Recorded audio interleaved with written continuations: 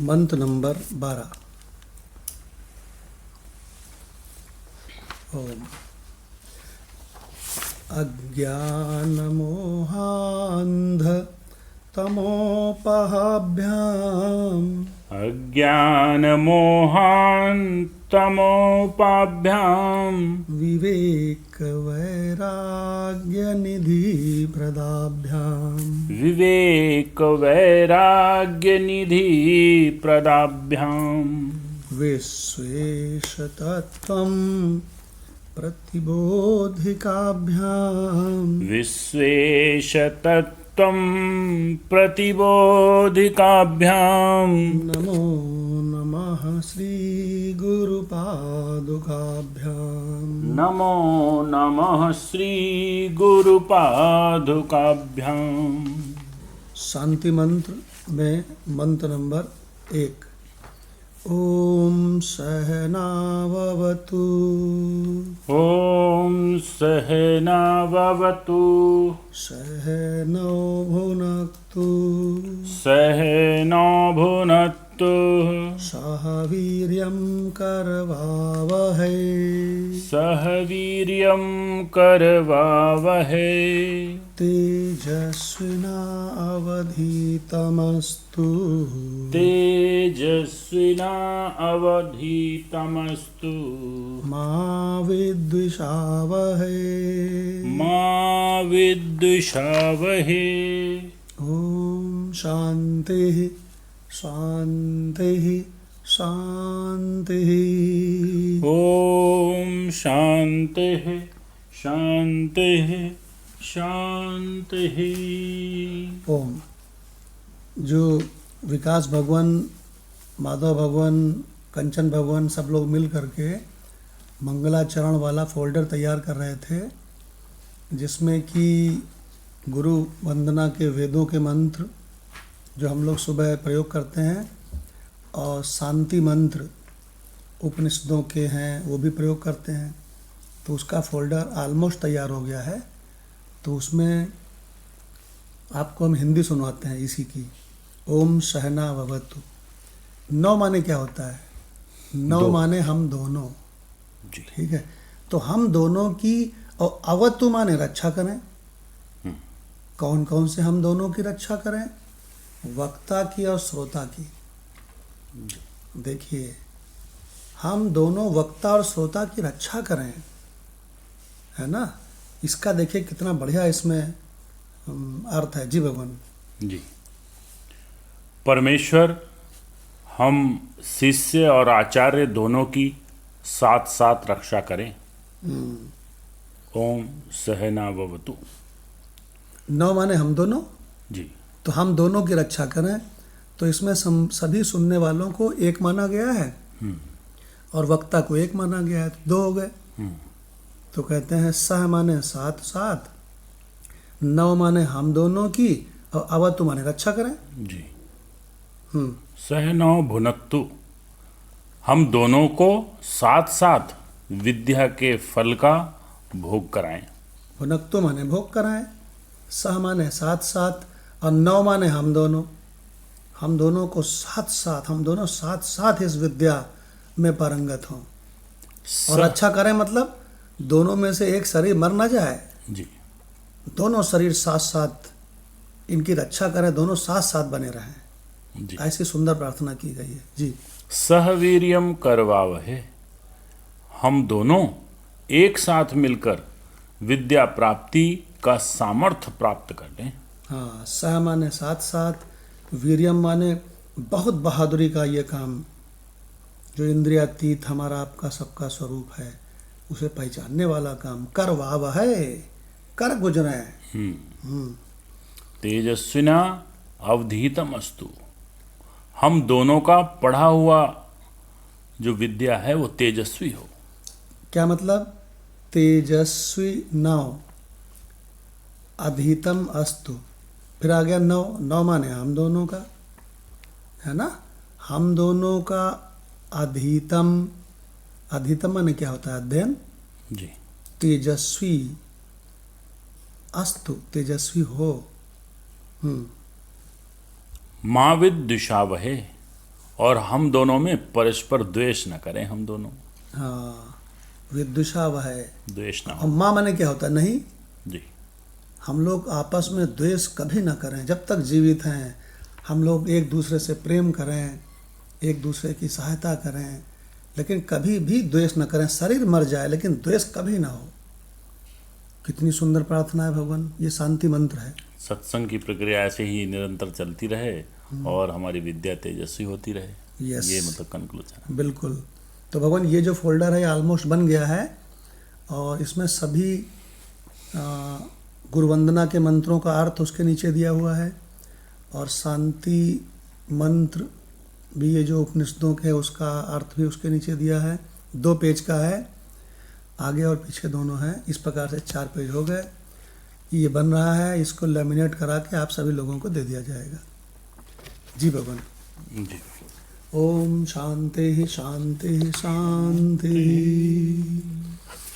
गीता तत्वालोक, जो कि श्रीमद् भगवद गीता की तात्विक दृष्टि से व्याख्या है परम पूज्य ब्रह्मनिष्ठ परम विरक्त महात्मा उड़िया बाबा जी के द्वारा। हमारे देश में ऐसे ऐसे महापुरुष हुए हैं जो बचपन में ही संसार की परीक्षा कर लिए। जी बचपना में कर लिए, ज़्यादा उम्र नहीं हुई थी। स्वामी विवेकानंद जी, उड़िया बाबा, अरे अनेक न जाने कितने एग्जाम्पल हैं। करपात्री जी महाराज, पथिक जी, इन्होंने बचपन में ही संसार की परीक्षा कर ली और ये अच्छी तरह समझ लिया कि यहाँ के भोग केवल फंसाने के लिए हैं और भयंकर दुख देने के लिए हैं। ये किसी को पूर्ण सुखी नहीं कर सकते, तृप्त नहीं कर सकते। जो इनके चक्कर में पड़ा वो पछता पछता के मर गया। जी देखिए भगवान। तो अब कुछ लोग ऐसे होते हैं जो घोड़े जैसे हो गए हैं, लंबे चौड़े, लेकिन संसार को नहीं परीक्षा कर पाए, नहीं परख पाए और संसार उनको बेवकूफ़ बनाए रहा। संसार उनको क्या बोलते हैं, ठगता चला जा रहा, वो समझा नहीं पा रहे हैं, घोड़े जैसे हो गए। और कुछ लोग भगवान घोड़े जैसे के बाद उम्र दराज भी हो गए हैं, वृद्ध हो गए, बड़े हो गए, बूढ़े होने लगे, तब हम संसार को नहीं परख पाए। तो भगवान धन्य है वो जो इस संसार को परख ले। जितनी जल्दी परख ले उतना बड़ा समझदार। माया महाठगिनी हम जानी। जयप्रकाश से पूछते हैं, आज तक कोई इस संसार के मकान को, पत्नी पति संबंधियों को, धन को, इसको कोई पकड़ के जा सका? आज तक कोई भी पकड़ सका? क्यों जयप्रकाश? जी बिल्कुल नहीं पकड़ सका प्रभु। या भविष्य में किसी प्रकार से पकड़ सकेगा? पॉसिबल नहीं है, संभव नहीं प्रभु। देखिए, जब ये ऐसा जगत है तो भगवान इससे आसक्ति क्यों? अच्छा, ये माधव भगवान से एक प्रश्न पूछते हैं कि यह संसार उत्पन्न होता है, बदलता है और नष्ट हो जाता है। क्या ये संसार सत्य है कि मिथ्या है? है ही नहीं भगवान। मिथ्या है भगवान, है ही नहीं, मिथ्या है। और भगवान एक इस तरह से, मतलब कल विचार आ रहा था कि इस तरह से दलदल है ये। हाँ। अगर दलदल के एग्जाम्पल से इसको समझे, जितना आदमी हाथ पैर मारता है, जितनी ज़्यादा चतुराई करता है, वो उतना ज़्यादा दलदल में उसमें घिसता चला जाता है। हाँ वो ऐसा संसार है। हाँ बिल्कुल। चांस की बात है कोई गुरु जो है अपना हाथ दे दे तो उस दलदल से निकल जाए, वरना निकलने का कोई सानी है नहीं। यस। और शास्त्रों ने इसी बात को कैसे कहा है, माधव भगवान की बात को, कि चारों कृपाओं का कॉम्बिनेशन हो जाए। बिल्कुल। इसी को कौन कौन सी चारों कृपाएं हैं? ईश्वर कृपा है, और फिर गुरु कृपा है, फिर शास्त्र कृपा है, हाँ, आत्म कृपा है। हाँ। ईश्वर कृपा क्या है? ईश्वर कृपा भगवान, जैसे मनुष्य तन मिल गया हमें, ये ईश्वर कृपा है। क्योंकि इस 84 लाख में वो कब कौन सा दे कब कौन सा पुण्य को वो मुट्ठी भर के उसमें से निकाल ले और कब दे दे, ये मनुष्यतन, ये उसकी कृपा है। और दे दे तो हमारा ये एलिजिबिलिटी आ गई, योग्यता आ गई, योग्यता आ गई, मोक्ष पाने की योग्यता आ गई। अच्छा एक चीज बताऊं मैं, क्योंकि विचारशील बुद्धि को ऐड ऑन कर दिया गया है इसमें। हाँ, भगवान भौतिक उन्नति में सबसे टॉप क्लास योनि आपको दे दिया ईश्वर ने। अच्छा, ईश्वर ने जो हम लोगों को मनुष्य योनि दी है, इसके बदले ईश्वर का कोई स्वार्थ है क्या? हेतु की कृपा से दी है? हेतु की कृपा से, कोई उसका हेतु नहीं है, और उसने दे दी मनुष्य योनि। और तुम पूरी जिंदगी बाद में कहते हो मंदिर में जाके, हे प्रभु, हे ईश्वर कृपा करना, तो ईश्वर कहता है तुम्हारे खींच के दो झापट मारे। ससुरे हम पहले से कृपा किए हैं, उसका तो फायदा नहीं उठा रहा है। क्यों जयप्रकाश? बार बार मूर्ति के आगे खड़े होके, मंदिर में जाके, तीर्थों में जाके, और भगवान ईश्वर से क्या कहता है? ईश्वर से, हे ईश्वर हम पे कृपा करो। नहीं, वो इनडायरेक्टली ये कहता है कि हे प्रभु, तुम समझदार नहीं हो, मैं समझदार हूँ, हमको वो दो जो हम बता रहे हैं, जो तुम अपने मन से दे रहे हो वो सही नहीं है। तो देखिए, ईश्वर कृपा जो कि ऑलरेडी पहले हो चुकी है, और जयप्रकाश ने बिल्कुल ठीक कहा कि कहते हैं हम जो चाहते हैं वो दो। तो कहीं पूछा ईश्वर ने क्या है ईश्वर कृपा, तो कहता है हमको खूब सारा धन दो, हमको खूब सारी स्त्रियां दो, खूब सारे पुरुष दो, बच्चे दो, धन कुटुंब दो, बड़ी बड़ी गाड़ी घोड़ा दो, और हमको क्या बोलते हैं, हमारी खूब यहाँ पर वाहवाही हो, हमारी जय जयकार खूब हो, ये सब दो। तो ईश्वर ने कहा ये तुमने जितनी चीज़ें मांगी, ये तो और ज़्यादा फंसाने वाली हैं। हमने तुमको मनुष्य शरीर दिया था इस भवसागर से निकलने के लिए, कि इसमें और लिपटने के लिए बे? देखिए, तो भगवान ईश्वर कृपा क्लियर हो गई जी। तो ईश्वर कृपा भला किसको नहीं मिली है? कौन से पुरुष को, कौन से स्त्री को? बताओ। सबको, सबको मिली है। ईश्वर कृपा हो रखी है। अब वो भी ईश्वर ने कृपा अहेतु की करी है। वो ईश्वर को तुमसे कुछ चाहिए नहीं, ये समझ लीजिए, निस्वार्थ है ना, निष्काम। देखिए, अच्छा, अब दूसरी कृपा कौन सी है भगवान ईश्वर कृपा के बाद में? ईश्वर शास्त्र कृपा। ईश्वर कृपा के बाद मतलब हमने जो अपने उससे लिया है, दूसरी में आत्म कृपा को रखते हैं हम, कि अगर उसकी जिज्ञासा ही ना होवे कि उस परमात्मा को, उस अविनाशी को जानने की, तो ना तो गुरु मिल पावेगा और ना कुछ अगला प्रोसेस चल ही नहीं पाएगा। अब जो जैसे हम लोग हैं संसार में लगे थे, मतलब काश ये भावना आवे ही ना कि इतना दुख मिल रहा है, ये हम सुख में कैसे जाएं, या ये प्रोसेस कैसे हो, तो शायद आगे को ना चले।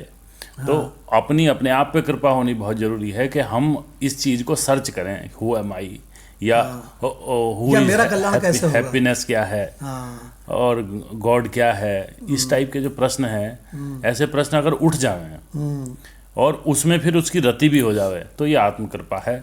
जब आत्म कृपा होती है तो फिर गुरु कृपा आती है।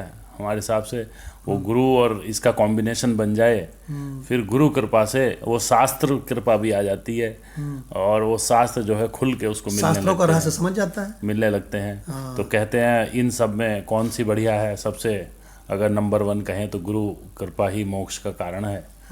तो ये ओवरऑल चारों कृपा। तो देखिए, ऐसा है कि जो आत्म कृपा है, तो आत्म कृपा में वो कुछ जानता तो नहीं है, वो तो संसार में ही लगा हुआ है, संसार की उन्नति पाने में। तो कहने लगे कि संसार तो कम से कम वो इतना जरूर सोचे कि हमारा कल्याण कैसे होगा, इतना तो सोचे। वो संसार की सोचा जाए, हाँ, नहीं, वो हम कह रहे हैं कि कुछ कहीं का भी सोचे, लेकिन ये सोचे हमारा कल्याण कैसे होगा। तो अगर संसार से कल्याण होगा तो वो सोचे कि अरे यार हमारे पड़ोस में एक मर गए, अरे यार एक वो गांव में मर गए, अरे यार एक तो बिल्कुल अब एक कम उम्र के थे, हट्टे कट्टे थे यार, वो मर गए। अखबार प्रश्न उठा है, मतलब टीवी में सुनता देखता है, अखबार में देखता है, लोगों से सुनता है, वो मर गए, वो मर गए। तो कभी वो आत्मकृपा क्यों नहीं करता कि यार क्या हम भी एक दिन मर जाएंगे? बुद्ध ने तो जैसे ही बुद्ध को ये पता चला कि ये सामने वाला आदमी मर गया है, इसको 4 जने ले जा रहे हैं, तो किसी से पूछा भैया इनको क्या हो गया है, कि ये मर गए हैं। तो बुद्ध ने कहा क्या हम भी मर जाएंगे? देखो बुद्ध ने आत्मकृपा करी। प्रश्न उठने लगे। तो कह लगे भैया सब मर जाते हैं तो आप भी मर जाओगे, राजकुमार हो तो क्या हुआ। शुद्धोदन सुतस्य सिद्धार्था, सिद्धार्थ उनका नाम था, शुद्धोदन के पुत्र थे, सम्राट के पुत्र। कहीं भैया सम्राट भी मरेगा, राजकुमार भी मरेगा, हम मरेंगे, सब ये संसार ऐसा ही है। अरे बाप रे, बुद्ध ने कहा अरे बाप रे, तब तो ये प्रेम करने वाला नहीं है। करण यहाँ तरह तरह के भोग मिलते हैं, बोले तब भी प्रेम करने वाला नहीं है, ये भोग तो हमें उल्लू बना रहे हैं। देखो भगवान, इस प्रकार से मेरा कल्याण कैसे हो। जेहि विधि होय नाथ हित मोरा, करहु सुबेगी दास मैं तोरा। तो कम से कम भगवान ही से प्रार्थना करे कि मैं आपका दास की तरह हूँ। अभी तो अज्ञान है ना, तो दास कहेगा। तो हे भगवान, हम आपकी पूजा करते हैं, आपको नमस्कार करते हैं। संसार में बड़े बुजुर्गों से पूछे, अपने माँ बाप से पूछे, माँ बाप ना बता पावें तो उनको कार में बैठाल करके और इस केस में जाए किसी महात्मा से जाके पूछे कि हम तीनों के तीनों को अज्ञानी हैं, हमको तीनों को बताने की कृपा करें, हमारा कैसे कल्याण होगा।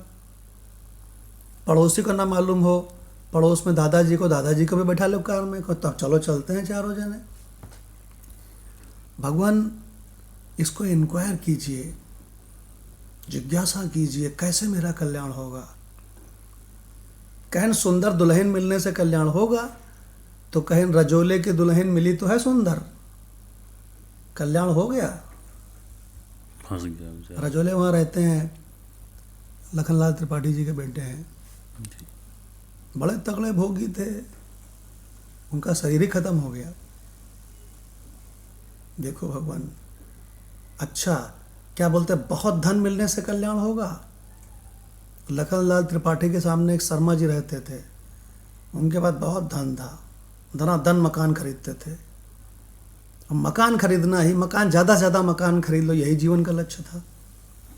भगवान एक दिन मर गए, शाम को लेटे, सही सवेरे पता लगा खत्म। सही है। देखो भगवान, कितना गजब की बात है। तो इसका मतलब आत्म कृपा होए, मेरा कल्याण कैसे होगा। माधव भगवान ने बहुत बढ़िया बात कही अभी। अच्छा, अब कहने लगे कि हम शास्त्र पढ़ेंगे, बहुत बढ़िया बात है, शास्त्र कृपा। तो शास्त्र को भगवान खूब पढ़ा, कोई नहीं, हमने खूब शास्त्र पढ़े, और हमें जो भी शास्त्र पढ़ने के बाद आया वो विद्वता आई।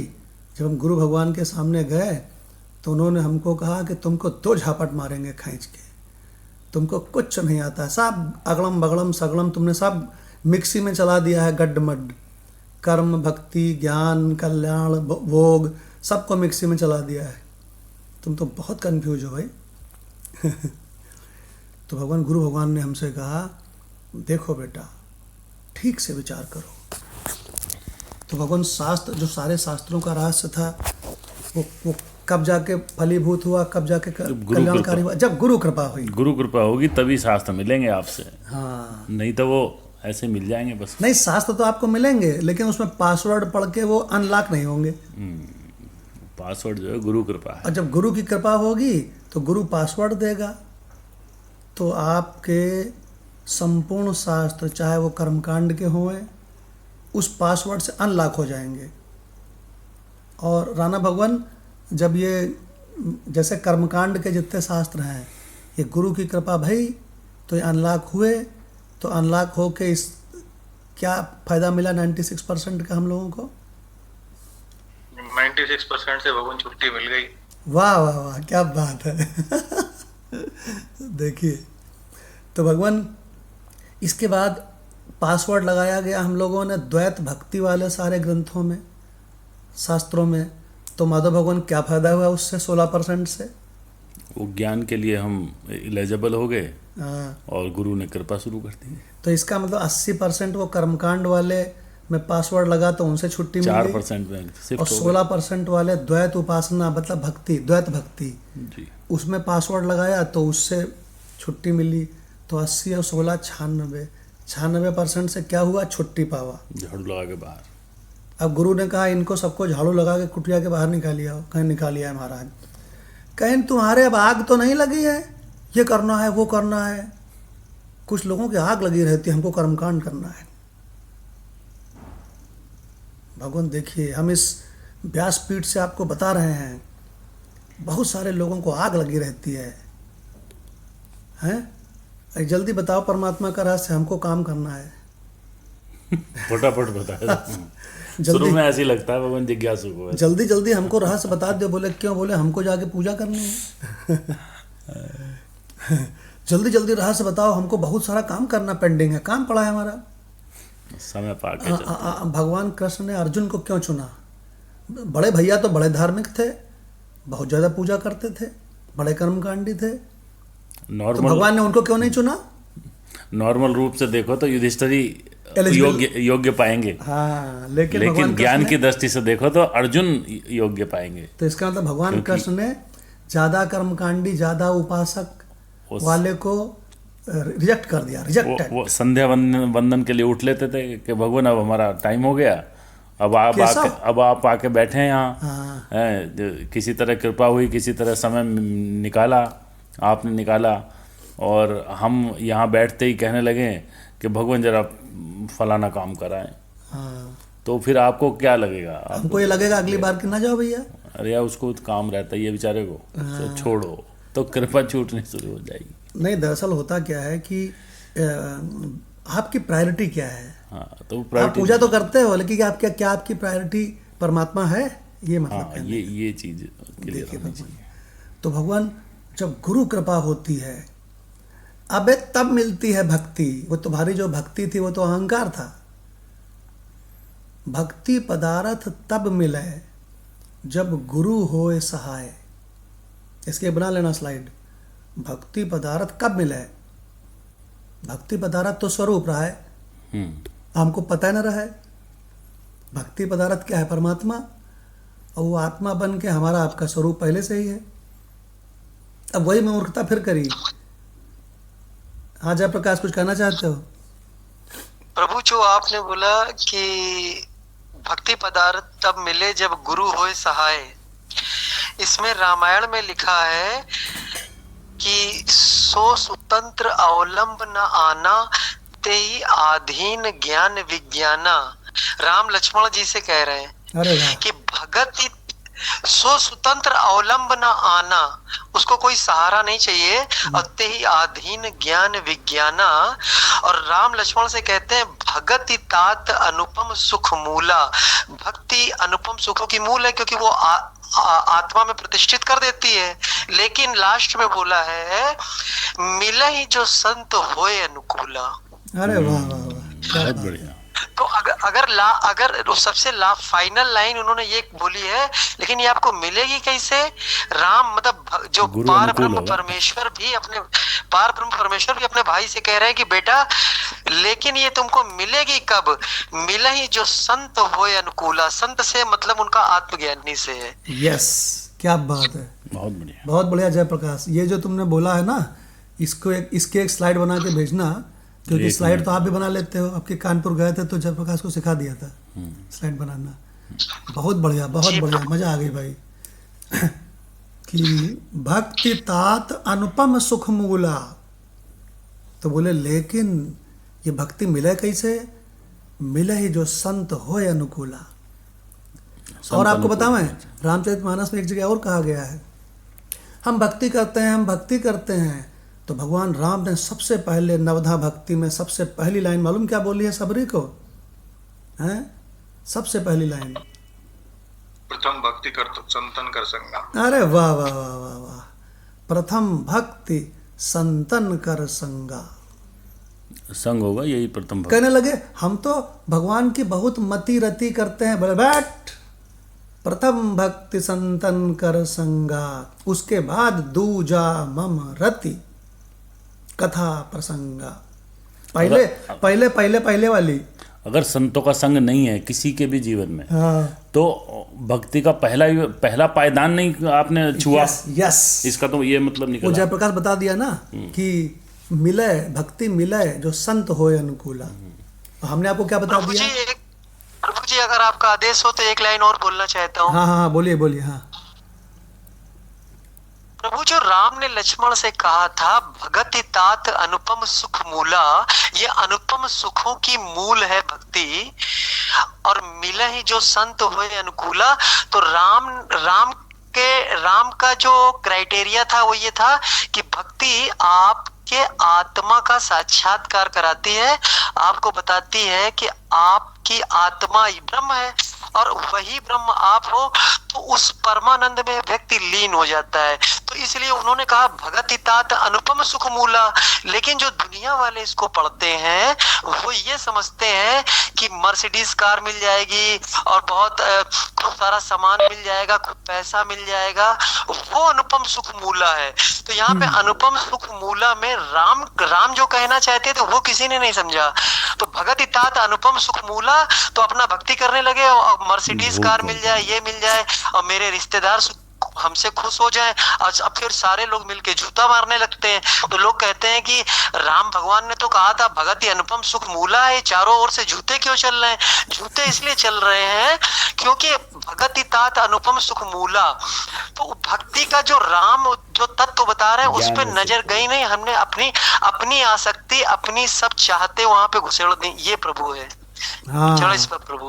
बहुत बढ़िया, गजब, क्या बढ़िया बात कही कि हमने भगवान की बात नहीं मानी। क्यों भाई? हाँ, अपनी डेफिनेशन घुसा। अच्छा, ये जो मनमानी भक्ति होती है दरअसल वो अहंकार होता है। मनमानी भक्ति इसलिए कि वेद कह रहे हैं कि निष्काम भक्ति करो, लेकिन संसार जो है सकाम भक्ति मनमानी भक्ति है। इसकी एक स्लाइड बना देना। ठीक है। सकाम भक्ति पूरा संसार कर रहा है, ये मनमानी भक्ति है। शास्त्रों ने कभी नहीं कहा, शास्त्र तो कहते हैं निष्काम भक्ति करो। देखो भगवान, तो बहुत बढ़िया बात है भगवान कि भगवान राम बता रहे हैं भक्ति का सबसे सुंदर उपदेश है नवधा भक्ति, जो भगवान राम ने सबरी को दिया था। उसमें शुरुआत ही इसी से है। प्रथम भक्ति संतन कर संगा, उसके बाद दूजा मम रति। मम माने मम रति, क्या मतलब हुआ? माम तत्व से रति, वो जो जयप्रकाश अभी बोल रहा है। तब तुम माम को पहचानोगे, तब तुमको माम तत्व में जो कि राम तत्व ही है इससे रति होगी। फिर कथा प्रसंगा इसी की चलेगी, इसी की चर्चा चलेगी। देखिए भगवान कितना सुंदर रहस्य है, क्योंकि जो मनमानी भक्ति होती है उसमें विभक्ति बनी रहती है। हमने एक सूत्र और निकाला था इसमें, मतलब हमने ये माना कि जिज्ञासु भी कर्म कांड करता है, जिज्ञासु भी ज्ञान का जिज्ञासु भी भक्ति करता है। तो उसमें परिभाषा ये निकल के आई कि यदि मैं संतों का संग कर रहा हूँ, अपने गुरुजनों का संग कर रहा हूँ, तो जो गुरुजन इशारा कर दें और उस काम को हम फटाफट करके निपटाए दें, तो ये मेरा कर्म कांड है। यस। और जो गुरु से भक्ति होवे, जो उनको हम वहाँ पे द्वैत चलेगा, वहाँ पे अद्वैत नहीं चलता। तो गुरु के लिए हमेशा द्वैत रखना चाहिए कि वो मेरे गुरु हैं, वो मुझे सिखाने वाले हैं और मैं सीखने वाला हूँ। ये जो भाव है, उनका जो प्रेम का भाव है, ये जिज्ञासु की भक्ति है। हो गई। यस। और जो इससे निकल के जो आपकी बुद्धि में जो आवरण पड़ा था अज्ञान का, वो जो हटता है, तो ये मेरा ज्ञान है। बहुत बढ़िया, बहुत सुंदर। इसीलिए कहा गया है अद्वैतम त्रिश लोकेषु, तीनों लोकों से अद्वैत रखना, लेकिन ना अद्वैतम गुरुणा सह, गुरु के साथ अद्वैत मत रखना। तो बोले फिर कहें गुरु के साथ में द्वैत रखना। वही तो ज्ञान का पर्दा, अज्ञान का पर्दा आपका हटाएंगे। बिल्कुल, आपने बहुत बढ़िया बात कही है। बड़ा सुंदर विचार है कि गुरु के लिए मेहनत करना, उनके कामों को करना, ये कर्मकांड हो गया। और गुरु के सेवा, उसके क्या बोलते हैं, भक्ति, ये भक्ति हो गई। और गुरु के बताए हुए रहस्य को ठीक से समझना, ये ज्ञान हो गया। बिल्कुल। अच्छा, गुरु जो तत्व ज्ञान देते हैं माधव भगवान, उस क्या उनका गुरु का कोई स्वार्थ होता है उसमें, बताओ? अहेतु की कृपा होती है भगवान, कोई भगवान- स्वार्थ नहीं है। भगवान तो- उसका कोई स्वार्थ नहीं होता है। ये बात अगर नहीं समझ में आएगी तो यही समझ में नहीं आएगा कि गुरु कितना पवित्र होता है। हम तो भगवान थोड़ा सा मतलब इसको कहा नहीं जा सकता, लेकिन एक एग्जाम्पल से थोड़ा समझने की कोशिश कर सकते हैं। हम अपने बच्चे के लिए एक ट्यूटर ढूंढते हैं छोटा सा, है ना, कि उसकी डेवलपमेंट हो, वो अच्छा इस सब्जेक्ट में अच्छा करे, ये करे। तो ट्यूटर ढूंढते हैं तो घर पे आने वाला ट्यूटर मिलता ही नहीं है, नंबर 1। हाँ, और मिलता है तो वो इतनी फीस लेता है, हमारा मनमाना, तो वो पढ़ा नहीं पाते, वो हमारे बच्चे को समझ नहीं पाते। और फिर हमने कितने ट्यूटर बदले और वो सेटिस्फेक्शन नहीं आई, बिल्कुल। और कितना वो पैसा ले गए। हम्म, तो कहने का मतलब ये है कि आपने हमें कितना ट्यूशन दिया है आत्मज्ञान का, और उसके लिए कभी कोई इच्छा भी नहीं किसी भी तरह की। अगर 1 रुपये की कोई किताब भी लाए हैं तो उसमें भी आप कहते हैं कि भई अब मेरा वाला ये हिस्सा पहले रख लो, 500 का नोट। तो मतलब कभी इन चीज़ों को कभी चुकाने की तो खैर बात क्या है कि उसका कोई परसेंटेज में कोई उर्ण नहीं हो सकता, मतलब है ही नहीं सकता। हाँ, उर्ण नहीं हो सकते, इसका ये मतलब है। मतलब कितने घंटे हमने राणा भगवान से बात कर रहे थे, तो उनका ट्यूटर आता है उनके बच्चे का, तो वो कह रहे थे मैंने भी कितना फीस लेते हैं, तो वो शायद 400 रुपये घंटा या 600 रुपये घंटा कुछ उन्होंने बताया, जो घर पे आने वाले का। तो वो कितने घंटे आप हम पे अपने इन्वेस्ट कर चुके हैं, तो कोई मोल नहीं है, अनमोल है। बहुत बड़ी बात कही है आपने, बहुत बड़ी बात कही है। जरा सा इसको विचार करके भी आप जो है कह सकते हैं कि हाँ कितनी अहेतु की कृपा है। भगवान बहुत सही बात कही आपने। गुरु भगवान खाना खाते हुए भी हमको बताया करते थे, लाला, खाना खाते हुए भी। और सुनो, जिस समय खाना खा के लेटे हैं, खाना खा के उनके लेटने की बहुत आदत थी, खाना खा के लेटना चाहिए दोपहर में। तो खाना खा के जब लेटते थे, जिस समय इंसान को नींद आती है, उस समय भी भगवान बताते बताते सो जाते थे। तो आप बताओ, जी सही है। बताओ उनकी अहेतु की कृपा है। नहीं प्रभु, जैसे आप जो करते हैं ना सुबह से रात तक, जैसे मान लीजिए आप अपने आराम से आत्मा में प्रतिष्ठित रहें, उसके बाद अपना ऑफिस जाएं और आराम से अपना काम करें, और सुबह शाम रेस्ट करें और थोड़ा बहुत वॉक कराएं। आपको किसी को कुछ भी, अगर आप किसी से आध्यात्मिक डिस्कशन ना करें तो आपको कोई फर्क पड़ने वाला नहीं है, because you have already achieved that target. तो लेकिन आप ये जो दिन रात लगे रहते हैं ना, जैसे मैं आपसे बहुत प्रेम करता हूँ, तो हमारी वाइफ कहती है कि आजकल के युग में तो कोई इतना प्यार नहीं करता अपने भाई को। तो हमने कहा, जो व्यक्ति बिना, एक दिन मैंने अपने व्हाट्सएप ग्रुप में भी लिखा था कि प्रभु ये सब कुछ फ्री आप कास्ट देने के लिए आपके चरणों में प्रणाम करता हूँ। तो एक्चुअली ये these words were coming from my heart, कि हम ये सोच रहे थे सुबेरे भी सत्संग कर रहे हैं, सबको समझा रहे हैं, दिन भर ऑनलाइन रहते हैं, रात में भी लगे रहते हैं, स्लाइड बना लो, ये कर लो, वो कर लो। और हम ये जानना चाहते हैं कि उनके अंदर आसक्ति कुछ नहीं है, ये हमें बहुत अच्छी तरह कंफर्म है। तो मैं ये सोचा करता हूँ, इतनी लेबर कौन करेगा? तो ये जो लेबर कर रहा है उस व्यक्ति का एहसान किसी भी प्रकार उतारा नहीं जा सकता है, कोई विधि नहीं है। आपको हम प्रकार से बताएं, भगवान, हाँ आपको हम बताएं, हाँ जिस प्रकार से परमात्मा का एहसान नहीं उतारा जा सकता है, उसी प्रकार जैसे कृष्ण भगवान ने गीता सुना दी, तो उनका एहसान कोई नहीं उतार सकता है। अब यह है कि कौन उसको मानता है और कौन उसके पीछे। अब जैसे शकुनी टाइप के लोग हैं, तो शकुनी तो उनके गीता सुनाने में भी कुछ आइडिया निकाल देगा कि इन्होंने इस लालच में गीता सुनाई होगी। लेकिन अगर बेसिकली मैं कंफर्म 100% कंफर्म हूँ कि इतनी लेबर प्रभु कोई नहीं कर सकता है, कोई कर ही नहीं सकता है। अरे हम बताएं जयप्रकाश कि कल हम ऑफिस से आए, तो कल ऑफिस में बहुत बुरी तरह शरीर थक गया, लेकिन जैसे ही आए तो शाम को मेरी मिसेज और मेरी बिटिया दोनों कार लेकर के राजनगर में जाते हैं।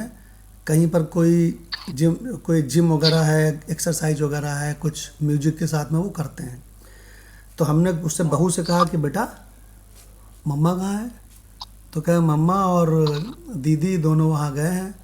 तो हमने कहा वेरी गुड, कब तक लौटेंगे? तो कहें 8:15 बजे। तो हमने जल्दी जल्दी हाथ पैर मुँह धोया। हमने कहा बहुत बढ़िया मौका है, बहुत बढ़िया मौका है, शांति है घर में, क्योंकि कोई कोई आवाज़ नहीं है, कोलाहल नहीं है। तो भगवान हम गए बेडरूम में, बंद किया अंदर से, मतलब ये समझ लीजिए कि कुछ नाश्ता वास्ता नहीं किया, हाथ पैर मुँह धो करके बैठ गए और दनादन दनादन दनादन कुछ ऑडियो बना डाले। और इसके पहले कि मैसेज आवे हैं, इसके पहले 12 ऑडियो बन चुके थे। मौका ढूंढते हैं। और जैसे ही मैसेज आई तैसे हम सब व्हाट्सअप बंद करके आराम से बैठ गए और घोर संसारी बन गए। और हमने अरे आ गई तुम तो बहुत मेहनत कर रही हो आजकल, स्कूल भी जाती हो, वहाँ भी जाती हो, और लो भाई ठंडा पानी पियो। प्रभु जितने भी दुनिया में प्रवचन करता है उन सबको सर झुका के प्रणाम मेरा करने का मन इसलिए करता है कि वो इतनी लेबर कर रहे हैं, बोलने में काफी एनर्जी लॉस होती है। तो उनको सभी को मैं प्रणाम इसलिए करता हूँ कि इतनी एनर्जी लॉस भी करते हैं। और इनको जनरली भाई देखिए, जो लालची हैं, पैसा कमाने के लिए काम कर रहे हैं, उनकी बात नहीं कर रहा हूँ, लेकिन जो अलग से बाकी सबको बता रहे हैं। और इसके अलावा वो एक बहुत बड़ा काम और करते हैं कि इतनी लेबर करने के बदले में उनको रिवॉर्ड क्या मिलता है? गाली बहुत खाते हैं प्रभु सब अपनी पत्नियों से। ये बहुत बड़ा महान काम करते हैं वो लोग। हमारी तो पत्नी कहती है कि ये किसी के बस के नहीं है संसार में, ये सबकी सुन लेंगे और फिर आंख बंद करके विचार करेंगे, फिर जो इनका मन आएगा वही करेंगे। तो हमने कहा भाई क्यों ना करें। लेकिन लेडीज ये भी कहती हैं कि लेकिन मैं इतनी महान हूँ कि इनको फिर भी कहूंगी, कल फिर बोलूंगी वो सब। आज का सत्संग तो बड़ा रोचक हो गया। तो भगवान बहुत सुंदर सुंदर चर्चा हो गई। अब हम लोग वापस आते हैं, 14वां अध्याय शुरू होने जा रहा है। और 14वें अध्याय की संगति हम चाहते हैं डॉक्टर भगवान पढ़ें और एक्सप्लेन करें। गजब की बात कही है, सुनिए। 2 लाइन में पूरा 12वां अध्याय, 1 लाइन में 13वां अध्याय, और उसके बाद 14वें अध्याय को भगवान कैसे बता रहे हैं। जी डॉक्टर भगवान, गीता तत्वालोक। जी भगवान प्रणाम। जी प्रणाम। श्री परमात्मने नमः। श्री गुरु चरण कमलेभ्यो नमः। अथ 14वां अध्याय, इसकी संगति ले गए। गीता में सभी विषयों का प्रतिपादन है। 12वें अध्याय में भक्ति योग का वर्णन है और भगवान के सगुण साकार विग्रह की प्रधानता है। वहां मई एव मन, आदत, स्वमयी बुद्धि निवेश आदि कहकर भगवान ने अपनी उपासना और अपने प्रति आत्मसमर्पण को ही मुख्य साधन बताया। किंतु 13वें अध्याय में सगुण उपासना की कोई चर्चा नहीं। वहां क्षेत्रज्ञ विभाग के द्वारा पुरुष को अकर्ता, अभोक्ता और दृश्य को गुणमयी प्रकृति का कार्य बतलाया है। तात्पर्य यह है कि यदि साधक की किसी भी साधन में सच्ची निष्ठा हो जाए तो उसी से उसे भगवत प्राप्ति हो सकती। जब इस अध्याय में पहले प्रकृति और प्रकृति के कार्य का विचार किया जाएगा, इसके पश्चात प्रकृति के गुणों से छूटने का उपाय बतलाकर फिर गुणातीत पुरुष के लक्षण बतलाए जाएंगे। इस अध्याय में मानो जीवात्मा की चिकित्सा की गई है। जिस प्रकार रोग को दूर करने के लिए वैद्य पहले रोग का निदान करता है, फिर रोग का कारण जानकर औषधि और पथ्य का निश्चय करता है, तभी पूर्ण आरोग्य प्राप्त होता है। इसी प्रकार यहाँ ये विचार किया जाएगा कि प्रकृति और पुरुष का संयोग बंधन क्या है, प्रकृति से किस प्रकार छुटकारा हो सकता है, उसके लिए किन नियमों का पालन करना चाहिए तथा प्रकृति से छूटे हुए पुरुष के क्या लक्षण हैं। इस प्रकार हम देखते हैं कि 12वें अध्याय में भक्ति योग का निरूपण है, 13वें में ज्ञान के साधन बतलाए गए हैं और अब इस अध्याय में सब ज्ञानों में उत्तम ज्ञान का वर्णन किया जाता है।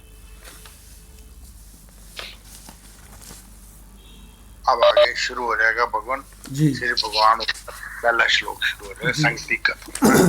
तो भगवान अभी डॉक्टर भगवान ने बहुत संक्षेप में बता दिया कि 12वें अध्याय में भक्ति योग का वर्णन किया भगवान कृष्ण ने, और 13वें अध्याय में उपासना की कोई बात नहीं की।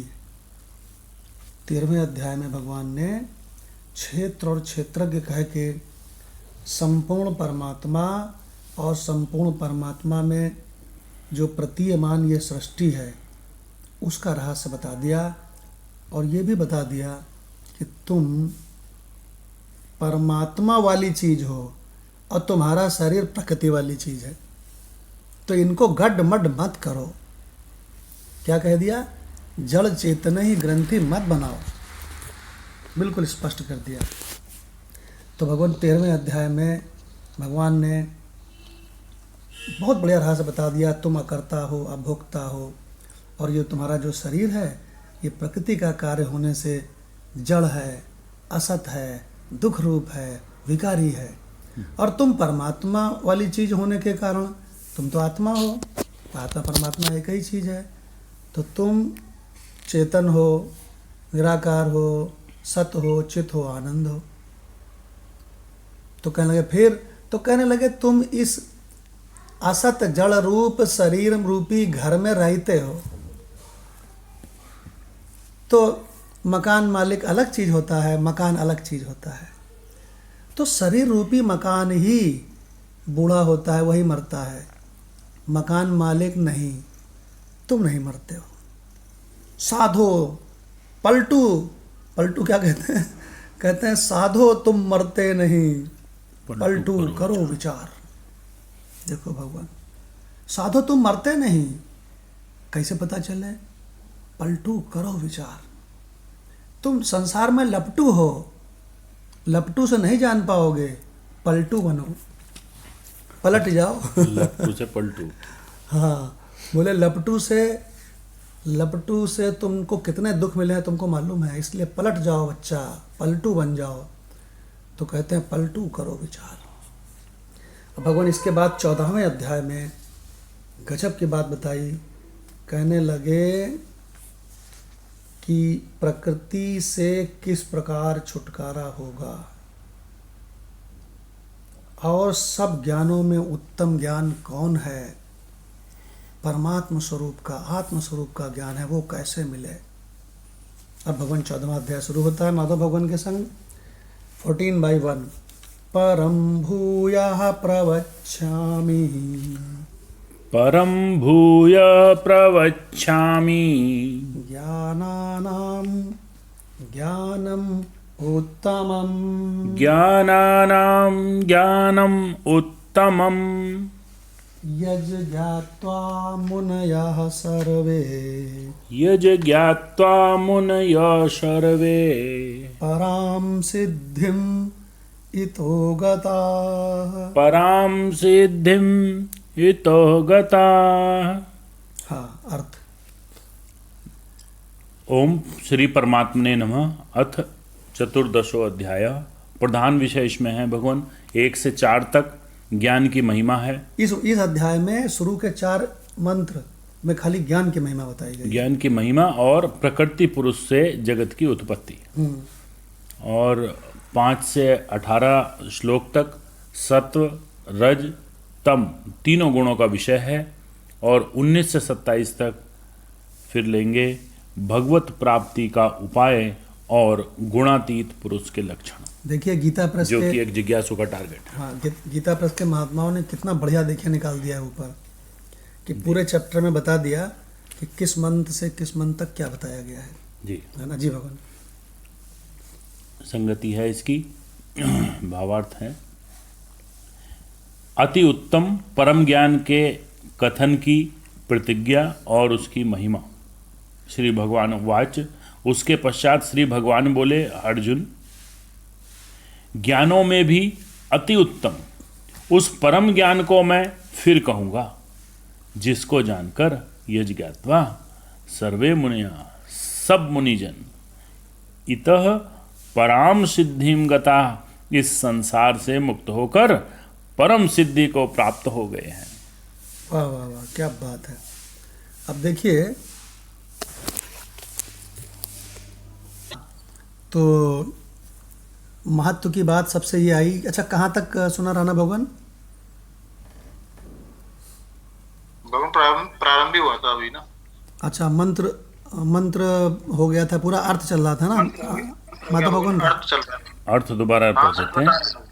ठीक है, ठीक है भगवान। अति उत्तम परम ज्ञान के कथन की प्रतिज्ञा और उसकी महिमा। श्री भगवान उवाच। उसके पश्चात श्री भगवान बोले, अर्जुन, ज्ञानों में भी अति उत्तम उस परम ज्ञान को मैं फिर कहूंगा, जिसको जानकर सब मुनिजन इस संसार से मुक्त होकर परम सिद्धि को प्राप्त हो गए हैं। तो माधव भगवान ने बहुत बढ़िया पॉइंट आउट किया कि सारे मुनिजन, देखो इसमें आया है सर्वे मुनया, सभी मुनि। मुनि किसे कहते हैं? मननशील को। जी। जो मनन करे सो मुनि। तो कहते हैं सर्वे मुनया, सभी मुनि सिद्धि को प्राप्त हो गए। सभी मुनि परम सिद्धि को प्राप्त हो गए। तो बोले कैसे प्राप्त हुए? तो भगवान कहते हैं जानकर, इसे जानकर, कुछ कर धर के नहीं, इसे जानकर, इसे समझे और निकल गए भवसागर से। तो भगवान क्या कहते हैं? परम भूयः प्रवक्ष्यामि। भूया माने क्या होता है? भूया माने होता है रिपीट करना, दोबारा। कह चुका हूं, अब दोबारा कहूं। तो कह रहे हैं भूयः प्रवक्ष्यामि। राणा भगवान से सुनते हैं भूयः प्रवक्ष्यामि माने क्या होता है? भूया मतलब भगवान फिर से, मतलब पुनः मैं इस बात को जो है तुम्हें बताऊंगा, और प्रवक्षा में मतलब तिखार तिखार के समझाऊंगा। बिल्कुल। हाँ, अगर तू, तक समझाऊंगा, इस तक तुम समझ नहीं जाओगे। हाँ, बोले कि जब तक तू समझ नहीं जाएगा तब तक बताऊंगा, इधर का एग्जाम्पल लेके उधर का एग्जाम्पल लेके, क्षेत्र क्षेत्रज्ञ से, सत असत से, कैसे न कैसे तुमका मैं समझा के ही रहूँगा। तुझको प्यार से समझाऊंगा, डांट के समझाऊंगा, जरूरत पड़ेगी तो तुझको चपत भी लगा दूंगा, लेकिन समझा दूंगा। जितने भी ज्ञान हैं, ज्ञानानम, जितने भी ज्ञान हैं उन सब ज्ञानों में सुपरलेटिव डिग्री लगा दिया, उत्तमम, अति उत्तम जो ज्ञान है, जो परम ज्ञान है, मैं उसको तेरे को तिखार तिखार के समझा दूंगा। हाँ, अब रही बात स्लाइड बनाने की, तो भगवत गीता से बन सकती हैं कम से कम 1,00,000 स्लाइड्स। मालूम क्यों? ज्ञानानाम ज्ञानम उत्तमम, एक स्लाइड बन गई। जी। परम भूयः प्रवक्ष्यामि, एक स्लाइड बन गई। यज ज्ञात्वा, बस एक स्लाइड बन गई। उसको जानकर मुनया सर्वे, फिर एक स्लाइड बन गई। भगवान भगवत गीता में देखो, ये भगवान के मुख से एक एक शब्द अद्भुत निकला है। तो इसमें भगवान उन्होंने क्या कहा है कि मैं तुमको कौन सा ज्ञान बताऊंगा? जो ज्ञानानाम उत्तमम, जो संपूर्ण ज्ञानों में उत्तम, सबसे उत्तम ज्ञान है। वो आपको मालूम है, आत्मस्वरूप का ज्ञान है, वो आपको बताऊंगा। और इसको जान करके आज तक जितने मननशील व्यक्ति थे, सब के सब भवसागर से पार हो गए। देखो भगवान तो कहते जब वो हो गए तो तू भी हो जाएगा, निश्चित चिंता रूप से। मत कर। मतलब एक तरह से हमें तो ऐसा लग रहा है उसके पीछे लिस्ट भी दी होगी भगवान ने कि देखो ये महात्मा सब पार हो गए, इसको जानकर। अभी तो युद्ध होने जा रहा है, ये लिस्ट तो रख ले, ये करीब 3 लाख लोगों की लिस्ट है, बाद में पढ़ना। तू भी हो जाएगा, चिंता मत कर। जी भगवान। अब डॉक्टर भगवान से रिक्वेस्ट है, इसका गीता तत्वालोक से अर्थ ले लें। जी भगवान, इसमें मेरे ध्यान में एक ही बात आ रही है कि ज्ञान तो कई जगह गीता में भी कहा है और हमने भी अब तक समझ लिया, ज्ञान तो केवल एक ही है। तो इसमें सुपरलेटिव और डिग्रियां कैसे हो सकती है, उत्तमम ज्ञान या कुछ, ये समझाने वाले की शैली है।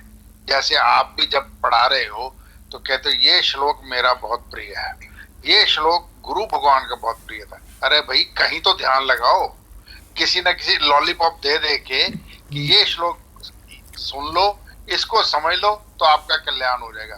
फिर अगले श्लोक पे क्यों अगला जाएगा, अगले श्लोक पे इसलिए जाना है कि ये उससे बढ़िया है, ये देखो कितना बढ़िया श्लोक है। तो अगला कदम चलो, जैसे मुझे याद है वैष्णो देवी जाते हैं, तो जब हम छोटे थे, बच्चे थे, तो हमारे पिताजी कहते बस वो सामने आ गई वैष्णो देवी, बेटे बस 100 गज और जाना है तो पहुंच गए आप वहां तक।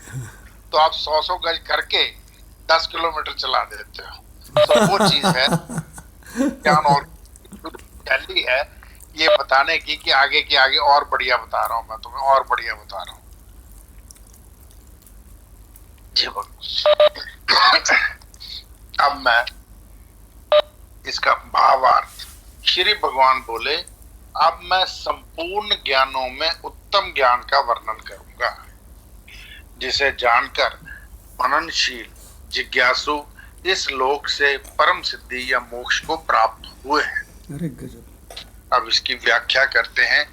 भगवान प्रतिज्ञा करते हैं कि अब मैं पहले कहे हुए सब ज्ञानों की अपेक्षा उत्तम ज्ञान का वर्णन करूंगा, जिसे प्राप्त करके वशिष्ठ, याज्ञवल्क्य, सुखदेव आदि मुनिगण स्वरूप साक्षात्कार रूप परम सिद्धि को प्राप्त हो गए। यहाँ ज्ञात्वा शब्द से ऐसा भाव निकलता है कि भगवान ज्ञान के साधनों का वर्णन करेंगे, जिनका आचरण करने से मुनिगण मोक्ष का पद को प्राप्त हुए। अब प्रश्न उठाते हैं कि मुनि के क्या लक्षण है। तो श्रीमद् भागवत गीता, अब भागवत का, श्रीमद् भागवत का एक श्लोक उद्धृत किया है, ना स्तुवीत ना निंदेत कुर्वतः साधु साधु वा वदतो गुण दोषाभ्याम वर्जितः सम दृग मुनि।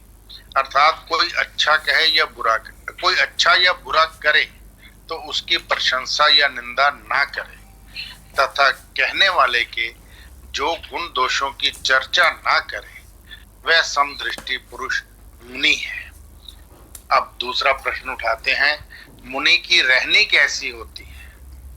तो उत्तर फिर एक श्लोक उद्धृत किया है, ना कुरयान वदेत किंचन ध्यायेत साधु साधु व आत्मा रामो अन्य वृत्या विचरे जड़व मुनि। अर्थात अच्छा बुरा कुछ भी ना तो करे ना कहे और ना चिंतन करे, ना करे ना कहे और ना चिंतन करे, सदा आत्मा में रमन करे। ऐसी वृत्ति से मुनि मूर्ख के समान विचरता रहे। जड़ के समान लिखा है, जड़ वो मुनि मूर्ख के समान विचरता रहे। दिखने में वो मूर्ख सा ही लगेगा। अब साधु के क्या लक्षण हैं, उत्तर देते हैं। लक्षण तो बहुत है, उपर्युक्त श्लोकों में भी साधु के ही लक्षण है, परंतु सबसे उत्तम बात यह है कि उसे दृश्य मात्र आकाश कुसुमवत जान पड़े। अरे गजब। आकाश कुसुमवत मतलब आकाश में जैसे फूल खिले हों, जो कि संभव ही नहीं है। तो वो चीज बता दी कि अत्यंता भाव है, उसे सारे दृश्य मात्र आकाश कुसुमवत जान पड़े। वही संत है, वही तत्ववेता है और वही ज्ञान निष्ठ है, अथवा जिसे किसी प्रकार की व्यथा ना व्यापे, वही असली संत है। साधु के लिए दीनता सबसे बड़ा दुख है। उसका भगवान में प्रेम हो, जन्म मरण का भय ना हो, संसर्ग दोष से रहित हो, कोई कामना ना हो, मित्र आदि में आसक्ति ना हो, तथा एकांतवासी हो। जिसमें ये लक्षण हो वही पूरा संत है। सो पूरे संत की परिभाषा दे दी क्या, कि जिसका भगवान में प्रेम हो, जन्म मरण का भय ना हो, संसर्ग दोष से रहित हो यानी असंग हो, कोई कामना ना हो, नंबर डाल लो, मित्र आदि से आसक्ति ना हो, कोई फ्रेंडशिप नहीं, तथा एकांतवासी हो, वो पूरा संत है। यहाँ भगवान ने सर्वोत्तम ज्ञान कहने की बात कही है। ज्ञान तो अनेक प्रकार के हैं। अब संसारिक ज्ञान बता दिए, जैसे भौतिक ज्ञान, रासायनिक ज्ञान और शास्त्र ज्ञान इत्यादि, किंतु इनसे मुक्ति नहीं होती और तत्व ज्ञान से मुक्ति हो जाती है। इसलिए यही सर्वोत्तम ज्ञान है। अनिमा आदि सिद्धियां भी अनेकों हैं, परंतु तत्व ज्ञान को किसी भी सिद्धि की इच्छा भी नहीं रहती, इसीलिए इसे परासिद्धि कहा है। जी डॉक्टर भगवान ने ये जो पेज 399 अभी सुनाया है, ये पेस्ट पेज है क्योंकि इसमें बताया है उन्होंने कि देखो साधु के लक्षण क्या हैं। सबसे उत्तम बात तो ये है कि उसे यह संपूर्ण असत जगत जो सबको धोखा दे रहा है, सबको रात दिन 24 घंटे धोखा दे रहा है, यह असत जगत क्यों माधव भगवान? बेवफा है। थोड़ा और कमा लें, थोड़ा और भोग लें, थोड़ा और बढ़िया पहन लें, थोड़ा ये भगवान ये थोड़ा थोड़ा करके बुढ़ापे तक जर्जर करके फिर मार के फेंक देता है। देखिए कहते हैं जिसे दृश्य मात्र आकाश कुसुमवत जान पड़े। आकाश में अगर तुम पुष्प देख रहे हो माधव भगवान जी, तो वो कितना झूठा है, झूठा है, केवल दिख भर रहा है आप नहीं, अपनी कल्पना से देख रहे हो है नहीं। तो हाँ, तो कहते हैं वही संत है जिसे संपूर्ण दृश्य मिथ्या जान पड़े, वही तत्ववेत्ता है, वही ज्ञान निष्ठ है और उसको किसी प्रकार की व्यथा न व्यापे, वो असली संत है। साधु के लिए दीनता सबसे बड़ा दुख है। मैं दीनहीन हूँ। एक बार सूरदास जी बहुत बढ़िया भजन गाते थे, कृष्ण में डूब करके, क्यों भाई? जी, तो एक बार वो बहुत बड़े एक महात्मा थे, उनका नगर में आना हुआ, तो ये हुआ कि वो आएंगे तो फिर सूरदास जी का भजन तो चलेगा ही भाई, चलेगा, बिल्कुल चलेगा। बिल्कुल। तो कहें सब जने इकट्ठा हुए और कहें आप देखना सूरदास जी आज भजन सुनाएंगे उन महात्मा को। और भगवान सूरदास जी द्वैत भक्त हैं, और वो भी सकाम भक्त, दीनहीन भक्त, और वो महात्मा ब्रह्मनिष्ठ। उपनिषद गंगा में आया एपिसोड। जी, तो जब इन्होंने अपना दीनताहीनता वाला भजन सुनाया तो उन्होंने मालूम क्या किया, उन महात्मा ने, उन्होंने जो है सूर को बहुत डांटा, सूरदास को। मालूम क्या बोले? बोले भाग बेवकूफ़ कहीं का। देखिए क्यों? उसके कल्याण के लिए, उसके कल्याण के लिए उसको बहुत डांटा और कहने लगे ये तेरे दीनहीन जो तेरे अंदर ये है ना, भगवान का भक्त भी कहीं दीनहीन होता है। और भगवान ऐसा बढ़िया उपदेश किया उसको कि सूरदास जी भगवान, मतलब सूरदास जी ने उम्मीद भी नहीं करी थी। और महात्मा तो सबके सामने डांटता है, और भगवान उन्होंने सूरदास जी को फिर ऐसे बढ़िया रहस्य बताया कि सूरदास जी तो भगवान सूरदास जी भी तत्वज्ञानी हो गए थे बाद में। देखिए तो भगवान वो एपिसोड यहाँ पर क्या आया है, साधु के लिए दीनता सबसे बड़ा दुख है। उसको जन्म मरण का कोई भय ना हो, जब शरीर मरना हो मर जाए, संसर्ग दोष से रहित हो, कोई कामना ना हो, मित्र आदि में आसक्ति ना हो, वह एकांतवासी हो, अपने स्वरूप में रमण करना ही सबसे बड़ा उसकी उपलब्धि हो। हमारा पिछला पल बीत गया, स्वरूप में बीता या तत्वज्ञान की चर्चा में बीता या तत्वज्ञान सुनने में बीता, तब तो सफल है। अगर हमारा जो अभी पीछे पल बीता है वो संसार के चिंतन में बीता तो असफल, तो ये पल हमारा निष्फल चला गया। माया ठगनी के क्यों ठगाही में चला गया। जी, एक एक पल का हिसाब रखता है भगवान मुनि।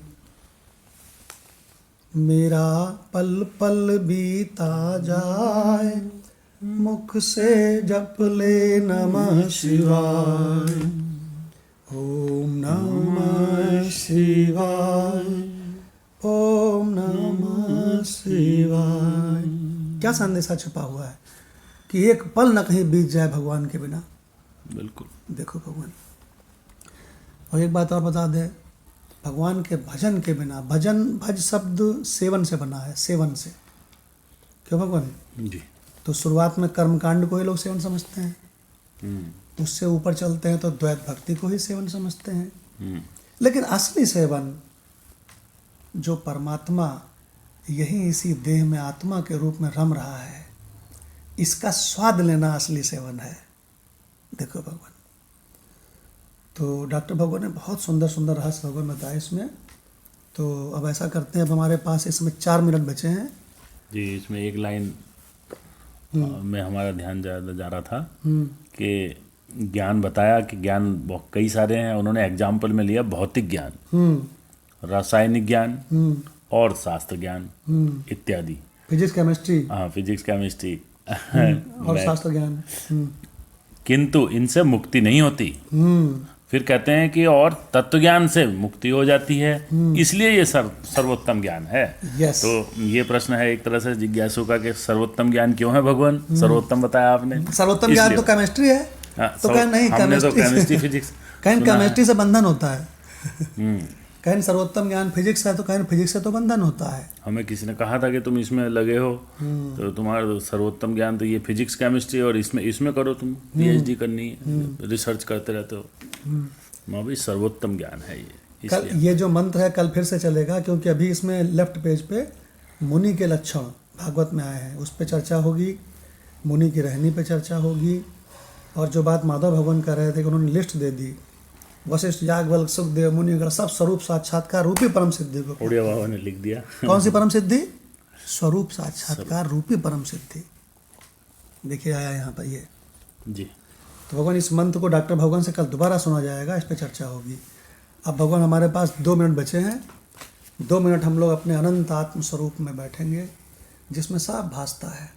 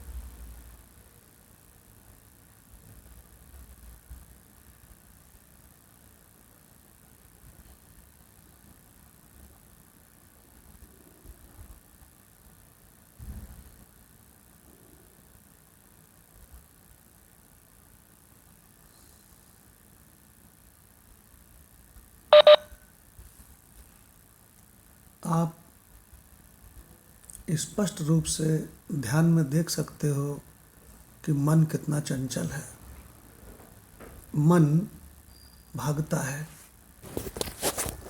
लेकिन जब मन भागता है उसी समय पहचानो कि जो भाग रहा है इधर उधर ये तो मन है, उपाधि है, लेकिन जो मैं बिल्कुल स्थिर चैतन्य इसके भागने को देख रहा हूँ, सो मैं आत्मा हूँ। मन बहुत भागता है और मैं बिल्कुल स्थिर हूँ। नित्यः सर्वगतः स्थाणुः अचलो अहम सनातनः। गुरु भगवान का बहुत प्रिय मंत्र है। उन्होंने मैगजीन लिखी थी, एक मैगजीन में लेख लिखा था, उन्होंने मैगजीन में एक लेख लिखा था, वो माधव भगवान के पास है। तो उसमें उन्होंने लिखा था यही कि मैं, चाहे तुम्हारा हो चाहे मेरा हो, कैसा है, नित्यः सर्वगतः स्थाणुः अचलो अयम सनातनः। ओम शांति शांति शांति। प्रणाम भगवान। प्रणाम भगवान। प्रणाम भगवान। प्रणाम मदनलाल भगवान। प्रणाम राणा भगवान। प्रणाम भगवान। प्रणाम डॉक्टर भगवान।